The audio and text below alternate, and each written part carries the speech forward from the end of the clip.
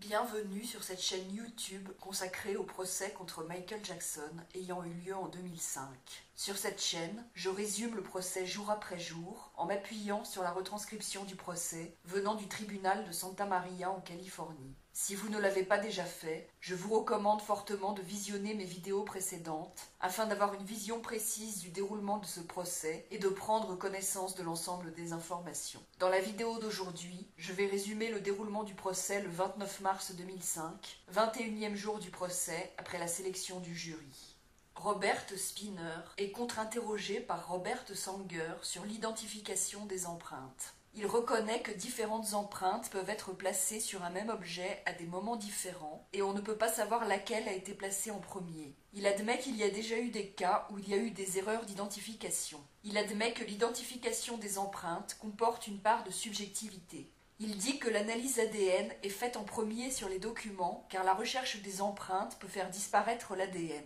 Il dit que rien ne lui a permis de ne pas faire les 19 identifications positives d'empreintes sur les magazines et qu'elles ont été vérifiées par un expert, Pat Wertheim. Il confirme que les empreintes de Gavin et Starr ont été retrouvées sur des magazines qui étaient dans la valise et qu'il ne sait pas ce qui a été fait avec cette valise et si Gavin et Starr l'ont ouverte ou non. L'accusation appelle comme témoin Jamie Masada, propriétaire du Love Factory Comedy Club. Il explique qu'il a créé le camp pour les enfants défavorisés afin qu'ils prennent des cours de comédie avec des comédiens connus. Il a rencontré les Arvizo pour la première fois au camp en 1999.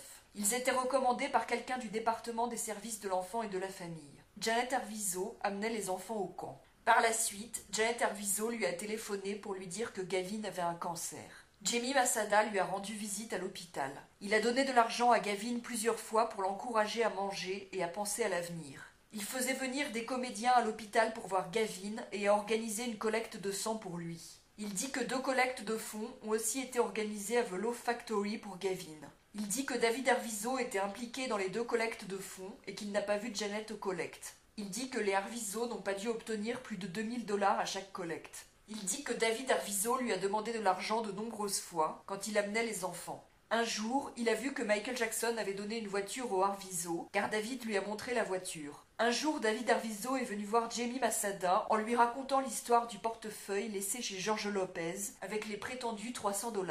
Gavin n'avait pas l'air de vouloir confirmer l'histoire de son père, et Jamie Masada dit que David a donné un coup de coude à Gavin.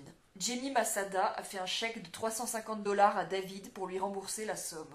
Il identifie un chèque de $800 qu'il avait donné à David pour payer son loyer. Il se rappelle de l'incident où David Arvizo lui a jeté de l'argent à la figure après la 2e collecte, car Gavin ne voulait pas confirmer l'histoire de David sur le portefeuille. Jamie Masada dit qu'il est parti sans ramasser l'argent, en se sentant insulté. Jamie Masada dit que Gavin voulait rencontrer Michael Jackson et il avait passé des coups de fil pour essayer de mettre Gavin en contact avec Michael Jackson. Gavin était très content que Michael Jackson lui téléphone à l'hôpital. Jamie Masada dit qu'il a regardé le film Living with Michael Jackson. Il savait que Gavin serait dedans, car Janet Arvizo le lui avait dit au téléphone. Jamie Masada a fait une interview qui est apparue dans le film Take Two, où il critiquait Martin Bashir, car il n'avait pas flouté le visage de Gavin et les enfants appelaient Gavin PD à l'école. Il pense se souvenir que c'était Janet Arvizo qui l'avait contacté pour qu'il fasse cette interview.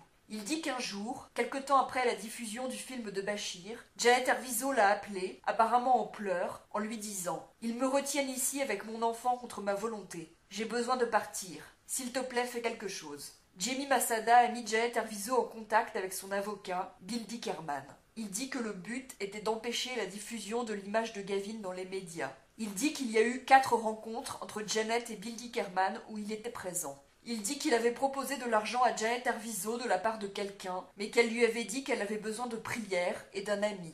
Il dit qu'il lui est déjà arrivé de voir que Janet Arvizo avait des traces de coups visibles sur le corps. Tom Mesereau lui fait remarquer que dans un appel téléphonique au bureau du procureur de Santa Barbara qui a été enregistré, Jamie Masada avait dit que ce sont les parents qui voulaient une aide financière.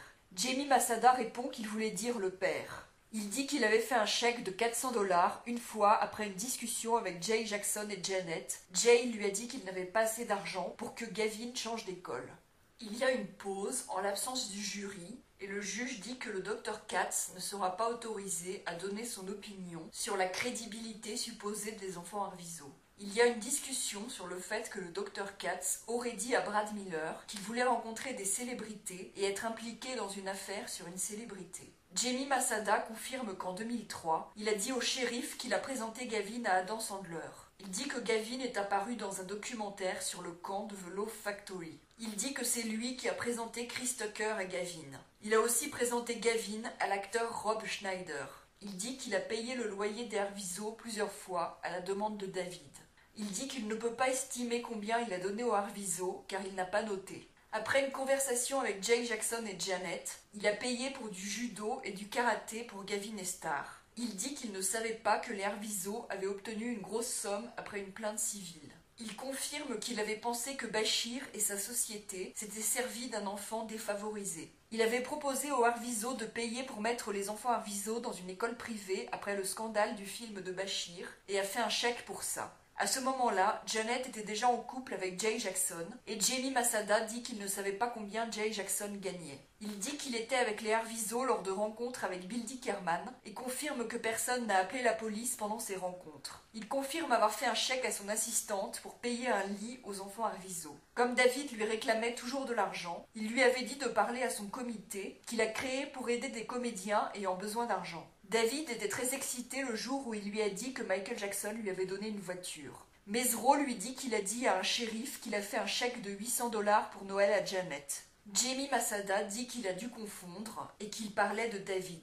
Il dit que Louise Palanker lui avait téléphoné après avoir témoigné pendant le procès et lui a dit que ses propos ont été pris hors contexte par Tom Mesro. Jamie Masada admet qu'il a dit à un enquêteur du procureur le 23 décembre 2003 que Star Arvizo lui avait parlé de ses accusations et Jamie Masada a dit à l'enquêteur « Star Arvizo n'a jamais mentionné de vin, il a mentionné des somnifères ». Il dit que quand Star lui avait parlé de somnifères, il l'avait interrompu pour ne pas en savoir plus. Il dit que quand David lui demandait de l'argent pour le loyer, il lui donnait directement l'argent et ne sait pas si cela a vraiment permis de payer le loyer. Il dit que Janet Arvizo ne lui a jamais demandé d'argent. L'accusation appelle comme témoin Cynthia Bell, qui est hôtesse de l'air pour Extrajet International. Elle a voyagé plusieurs fois en avion avec Michael Jackson, notamment pendant le vol avec les Arvizo entre Miami et Santa Barbara en février 2003. Elle dit qu'elle a servi de l'alcool à Michael Jackson pendant le vol dans une canette de Coca Diet. Elle dit que c'était son idée de mettre l'alcool dans une canette, car Michael Jackson veut boire l'alcool discrètement. Elle identifie Gavin sur une photo pour confirmer qu'il était assis à côté de Michael Jackson. Par ailleurs, elle dit que Prince et Paris Jackson étaient toujours avec lui. Elle dit qu'elle n'a pas vu Michael Jackson partager sa canette avec quelqu'un d'autre pendant le vol. Elle dit qu'elle n'a jamais vu Michael Jackson donner du vin à un enfant lors d'un vol en avion. Elle n'a jamais vu les enfants Arvizo buvant de l'alcool dans une canette de Coca Diet. Elle a servi de l'alcool à Devlin pendant le vol et n'a jamais vu Michael Jackson donner d'alcool à Devlin. Elle n'a jamais vu Michael Jackson avoir de comportements inappropriés avec un enfant pendant un vol, ou toucher ou caresser un enfant d'une manière intime. Elle dit que les enfants de Michael Jackson étaient toujours avec lui pendant le vol. Elle se souvient avoir vu Gavin Arvizo jeter de la nourriture pendant le vol et le décrit comme très grossier, se vantant d'avoir reçu une montre coûteuse de Michael Jackson, se plaignant que sa nourriture ne soit pas servie comme il fallait, pas assez chaude. Il lui avait crié que son poulet n'était pas chaud. Elle dit que c'était embarrassant de l'avoir à bord. Elle dit que Michael Jackson est très poli et lui parle doucement. Il lui touchait le bras quand il lui parlait. Elle n'a jamais trouvé Michael Jackson grossier ni impoli, ni lui, ni ses enfants. Elle dit que Michael Jackson est très nerveux en avion. Le docteur avait dit à Cynthia Bell que Michael Jackson buvait de l'alcool pour gérer sa nervosité en avion. De là où elle était, Cynthia Bell pouvait voir tout ce qui se passait dans l'avion, sauf les pilotes. Elle a dit à Lauren Wallace que Michael Jackson voulait avoir de l'alcool dans une canette de Coca Diet, car il ne voulait pas que les enfants le voient boire de l'alcool. Il buvait d'autant plus quand il y avait des turbulences. C'est ici que se termine ce résumé de la journée de procès. Si vous voulez lire la retranscription du procès, vous trouverez le lien de la retranscription sous la vidéo. Si vous appréciez mon travail, je vous encourage à vous abonner, à liker la vidéo et à la partager.